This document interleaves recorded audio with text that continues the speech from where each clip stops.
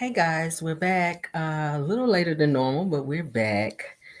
This is not a very long video, so we're going to just hit it and quit it. We're going to get the info out there.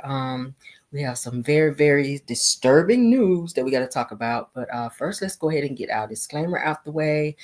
Everything said in this video is alleged and in my opinion and is used for fair use and entertainment. I am Caramel Rail. This is the Caramel Rail Show. Let's get into this news that I know you guys can definitely use. All right. Let me share my screen with you so you can see with me. Hope you guys are having a wonderful night thus far. All right. Here we go. All right, let me get my other screen up so I can see what's up here. All right. Hey guys, I see y'all coming in. As you guys can see on my screen, I hate to announce this, guys, but Irv Gotti, who was 54 years old, was reportedly declared dead, you guys, after suffering stroke. I was just like, oh my God, when I saw this. Now, y'all know this morning we talked about him, reported that he had his second stroke. And now it's reported where they said that Irv Gotti, who was 54 years old, reportedly declared dead, you guys, or unalived, after suffering a second stroke. Now, sources have told hip hop that Irv Gotti, his real name Irvin Domingo Lorenzo Jr., I'm sorry, was declared unalive on Wednesday, February 5th at 54 years old. Details of his health state are unknown. It says that the famed record producer, co-founder in Murder Inc. Records in 1998 is credited with helping develop many big name artists such as Ja Rule, Lloyd, and Ashanti. Now, information surrounding his condition is limited at this time. However, the tragic news follows reports that he recently suffered a stroke. It says that he also had a minor stroke in August. Speaking on the incident, Irv's rep said at the time, says that Irv has been struggling with his diabetes for years, which caused him to have a minor stroke over 6 months ago. Said that he has since changed his diet to eating more healthy. It goes on to also say that he's been successful in making a full recovery. Irv is not in a rehab facility, that he is at home with his family enjoying life. According to the Jasmine brand, it says it sends love and support to the family, friends, and loved ones of Irv Gotti during this challenging time. Okay, so you guys can see a lot of people reacting here where they're saying rest in heaven, says that this not getting the scoop, said that you all should take this down until hard confirmed. It's pretty much confirmed. He pretty much has he's lifeless. You know, y'all know he's on life support. He's pretty much not breathing on his own from another source that I saw. So he's pretty much, he's pretty much gone is what they're saying. Yeah. So that's what's being reported. It's on several other publications as well. So if you guys want to go and look at that, you can, but you guys can see it here. This is on the Jasmine brand as Irv Gotti being gone. Okay. Sad news, child. Sad news. I always hate to report stuff like this because it's so sad. All right, so let's get into my next topic. All right, so we got to do this Naziah update. All right, so no, I'm going wrong. Okay. All right, so let me go ahead and read off what the update that I have for this Naziah case. All right, so as you guys know, the Jarvis butt case is coming up March 7th, you guys, and that's going to be at 9:01 a.m. with Judge Nicholas Hathaway, okay? And this is pretty much going to be a case management where they're going to just, it's going to be like a status of the case. They're just going to be looking at the witness availability, the schedule for the hearing, all the evidence that they've collected thus far, and to see when the actual trial will start. So that's just going to be just them looking over everything that they have. And Judge Nicholas Hathaway will be presiding over that. So it's going to be, they're saying the judge, of course, the prosecutors, defense attorneys will all be coming together on that date to see what's going on therefore.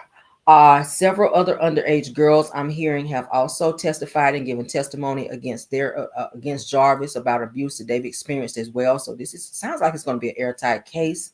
Of course, I'm finding out that Naziah reported Jarvis's actions to a family member, and that family member went to CPS on that and reported it. And they says that the aunts and that the grandmother covered it up. It's going on to say that Jarvis was arrested while watching one of Shannon's kids in 2019. And Shannon had to go and get said child because that child was not supposed to be with him anyway. So she's been just turning her children loose, as well as Naziah, with Jarvis, knowing that he is a registered sex offender. Now it says that they were giving, of course, the girls to Jarvis knowingly, and that they knew these things were going on. And because other inappropriate situations with other girls, young girls that were coming to that house, it was reported as well. And of course, when CPS came, they, of course, were told that nothing had happened between the grandmother and Shannon. Now, Shannon's aunt, from what I'm hearing, called. Of course, I know Shannon is 31, but the aunt called, of course, to report Jarvis, who was 42, and had him put on the SEX offenders list because he didn't do it. He wanted to be able to move and be under the radar and nobody see and or know what he was doing. So this aunt, one of Shannon's aunts, called once she found out and looked him up to find out he was a SEX offender, and she made him have to be reported on the offenders list. All right. Now, you guys already know Shannon was groomed by Jarvis when she was young as well. And she then began turning her head and allowing her daughters and as well as Naziah to be violated by Jarvis. Okay. And I already told you guys about the neighbor who was said to be autistic, and he was supposed to be related to them. I think a cousin who had also violated Naziah some years ago before they're saying that Jarvis even did it. But because he was autistic, they did not report it because they did not want him to have any charges on him for that. So they swept it under the rug and they kept it quiet when this autistic cousin had already violated Naziah. Okay, so let's get into.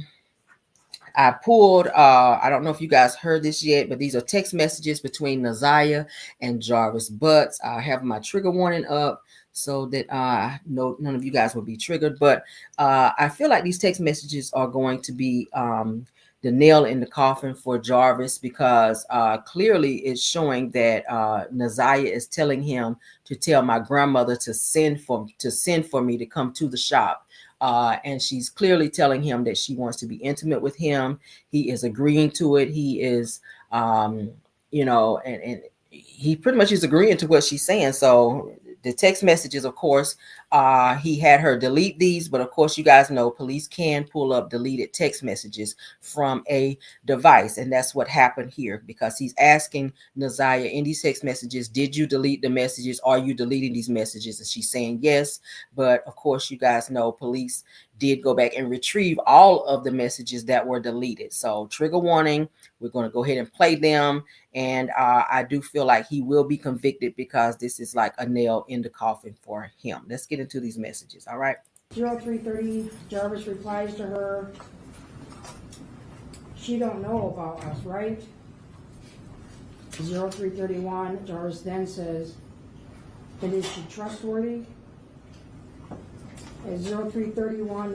All right, so when she says that, she's talking about Jarvis's oldest daughter that was coming to the shop with Naziah and him. So he was getting ready to groom that daughter in order to be able to mess around with her as well. So I think he was kind of using Naziah to help scout out other girls for him to mess with, is what it sounded like in these messages. So I told you guys it sounded like a trafficking situation, and he was using Naziah to get close to other young girls her age so that he could violate them as well. So listen to these messages. Let's go. Naziah replies, yes, she don't know about us. At 0356, she says, it's off. 0357, Jarvis replies, wrong light. And at 0357, she says the letter K. Were those messages deleted? Yes. Okay. And later in the day on July 24th. July 24th at 12:22, Neziah sends to Jarvis, fuck me then. At 12:22, he replies, huh? And at 12:23, he replies, I'm trying to. At 12:23, Neziah sends to him, you said fuck me. At 12:23, she sends, so do so. 12:23, Jarvis replies, when? 12:23, Neziah replies, trying to make time, going through my schedule, RN, for right now. 12:24, Neziah sends, what time you going to work? At 12:40, Jarvis replies, now. And now jumps to 21 hours, Neziah sends WID for what you're doing. Then at 21:23, she sends, you free? With some question marks. We now jump to July 25th. At 17:33 hours, Neziah sends, I want to fuck today. At 17:33 hours, Jarvis replies back, come on. And then immediately after, he replies, I'm by myself. At 17:33, she sends back to him, I can't RN for right now. At 17:34, Neziah sends, after work, can you call for me, please? And those messages were all deleted as well. And now John.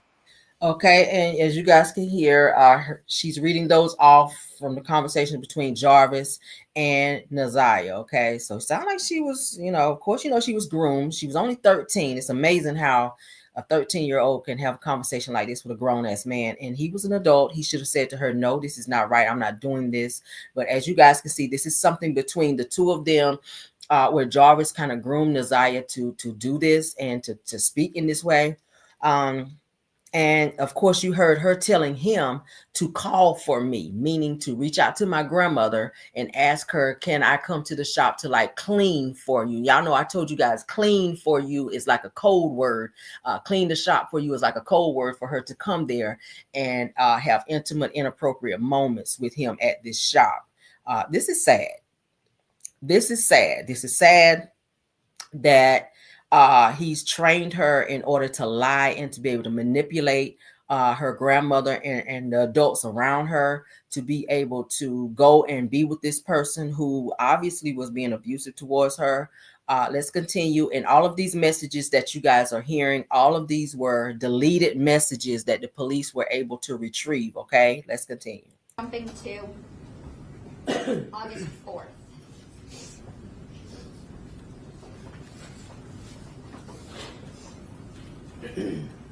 August 4, 2023 at 22:07 hours, Neziah sends to Jarvis, Shan and Nana left. DON, and then there's some type of emoji. Know what time they coming back. At 22:08, Jarvis replies, okay, what you saying? Neziah then replies back, what you think I'm trying to say? But there's some emojis in there again. At 22:09, Jarvis replies back with some type of emoji. Neziah then replies back, IDK, is it? I don't know, is it? At 22:09, Neziah sends, what you thinking? At 22:10, Jarvis replies to Neziah, are we fucking? At 22:10, Neziah sends, shit, are we? SHI. At 22:12, Neziah sends a bunch of question marks. Now it's August 5th. Neziah sends, wow, you stood me up. August 5th at 00:47, she sends, I was waiting. And then at 00:47, she sends, I a bum. And the next message after that is a correction that says, you a bum. And were those deleted? Yes. now jumping to August 26th. So text messages from August 26, 2023, starting at 0909 hours. Naziah sends to Jarvis, I'm in so much pain right now. At 0909, 40 seconds, she says, my stomach hurts really bad. At 0937 hours, Jarvis attempts to call Naziah. It shows here missed call from Bay for Life. At 14:26 hours, Naziah texts Jarvis and says, I did have my period. It came when I was in the hospital. At 14:20 hours, this is now jumped to August 27th. 14:20 hours, Naziah sends GM for good morning. August 28th, at 0006 hours, Naziah sends to Jarvis, my stomach hurt real bad. 0055 hours, she sends, why you can't answer. 0056 hours, she sends, never mind this, you anyway. At 0131 hours, Jarvis replies to her, yes, baby. At 0132, Naziah replies, my stomach hurt really bad. At 0132 hours, Jarvis replies to her, I didn't nut inside of you. At 0133, Naziah replies, I'm not even talking about that. I'm saying it hurts really bad. At 0134, she sends, are you busy?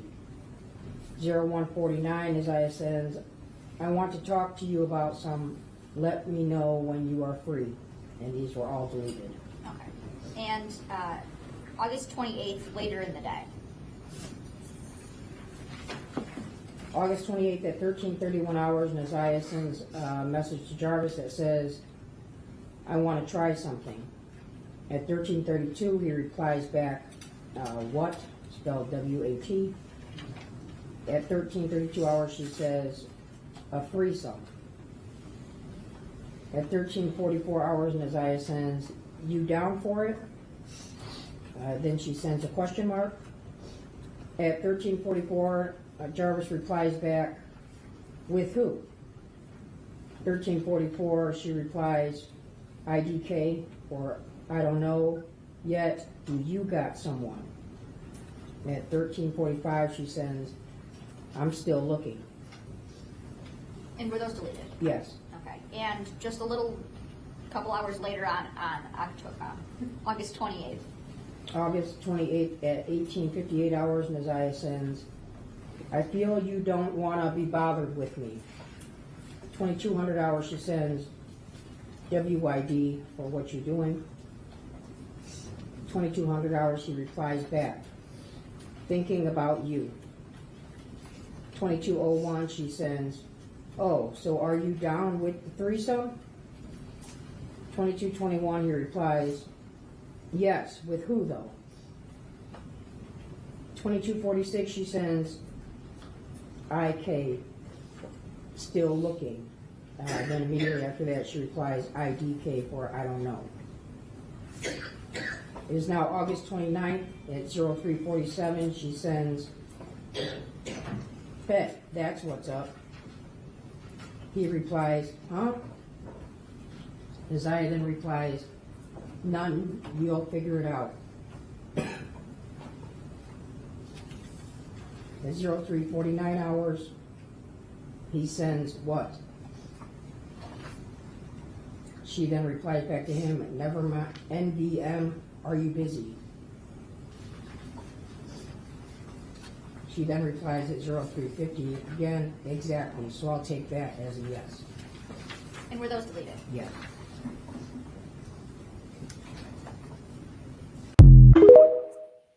Y'all see that? All of those messages you just heard were deleted because that's what he asked her to do. Anytime they had conversations, he would tell her to delete those because at any point in time, her grandmother would take her device from her.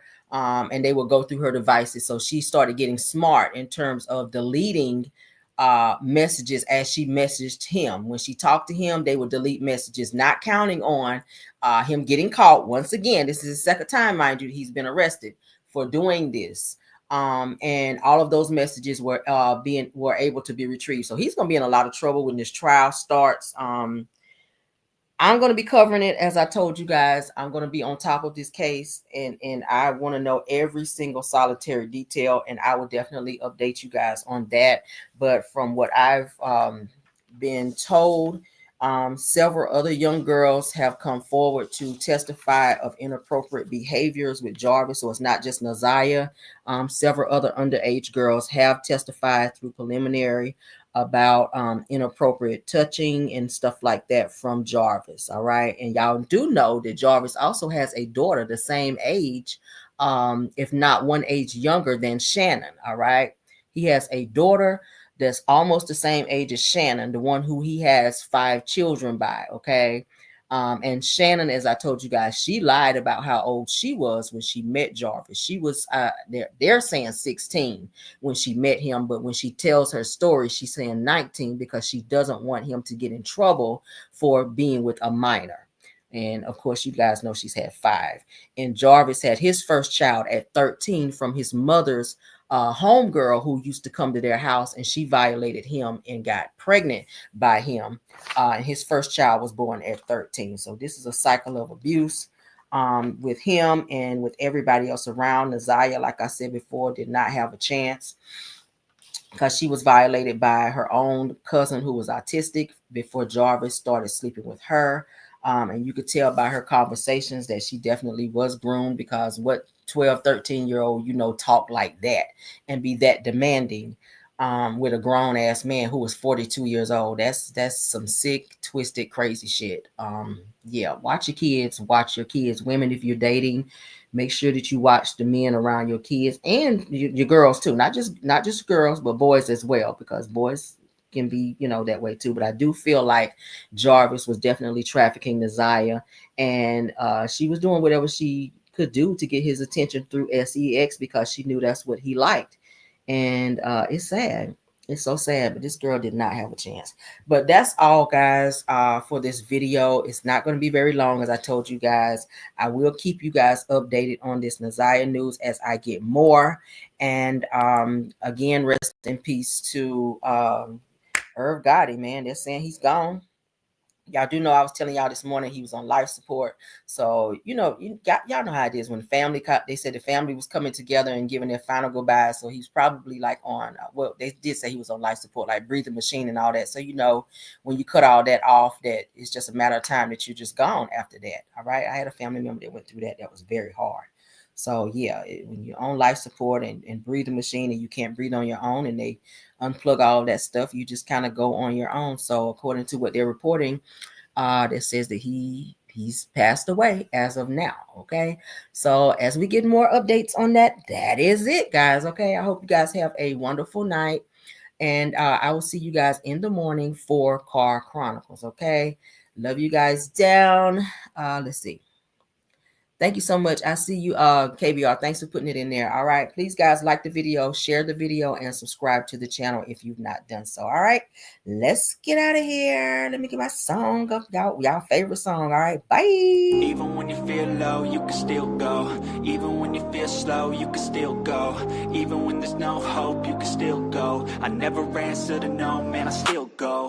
Go, go, go, go, go, go.